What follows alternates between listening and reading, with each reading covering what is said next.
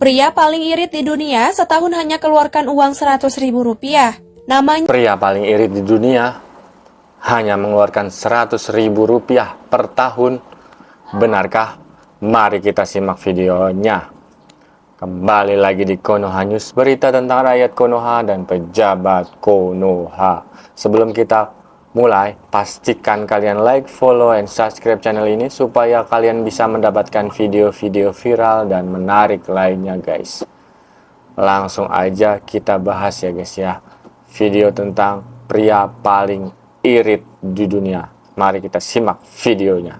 Pria paling irit di dunia setahun hanya keluarkan uang 100 ribu rupiah. Namanya Daniel Tay. Setiap hari dia datang ke restoran bukan buat order makanan, tapi buat ngumpulin makanan sisa yang tidak habis dimakan orang lain. Alih-alih merasa malu, dia malah dikasih ucapan terima kasih sama restorannya karena sudah dibantu mengurangi limbah. Tidak hanya dari restoran, dia juga dapat makanan dari hotel, mall, minimarket, dan tetangganya.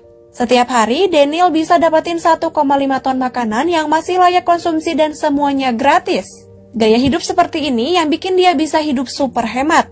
Tidak sampai di situ saja, setiap malam dia sama teman-temannya menjadi pemulung dadakan. Bagi mereka, barang yang tidak dibutuhkan oleh satu orang bisa jadi malah berharga buat orang lainnya. Dia pernah dapat baju, tas, alat mandi, jam tangan, kulkas, dan PlayStation. Meski super irit, bukan berarti Daniel merupakan orang miskin.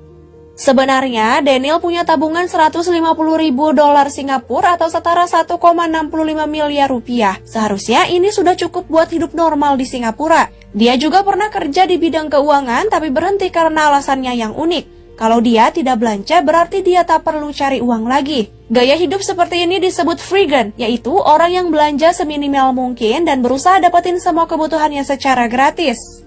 Orang yang tergabung dalam gerakan ini biasanya bukan karena tidak punya uang, tapi sebagai bentuk protes terhadap sistem pangan yang ada di dunia sekarang. Bagi mereka, makanan dan kebutuhan lainnya bakal bisa dinikmati semua orang kalau kita tidak rakus. Gaya hidup ini yang bikin Daniel cuma keluar duit 8 dolar Singapura atau tidak sampai 100 ribu rupiah setahun. Daniel tidak melakukan semua ini buat dirinya sendiri. Sekitar 90% barang yang ia temukan disumbangkan kepada orang yang membutuhkan. Saat ini ada jutaan orang yang menderita kemiskinan dan kelaparan.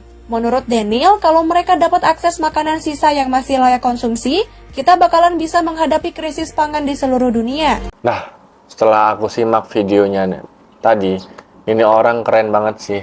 Saya dulu pernah kerja di Singapura ya, tepatnya di sana beberapa hari. Kok bisa ya dia hidup di negara yang apa-apa serba mahal?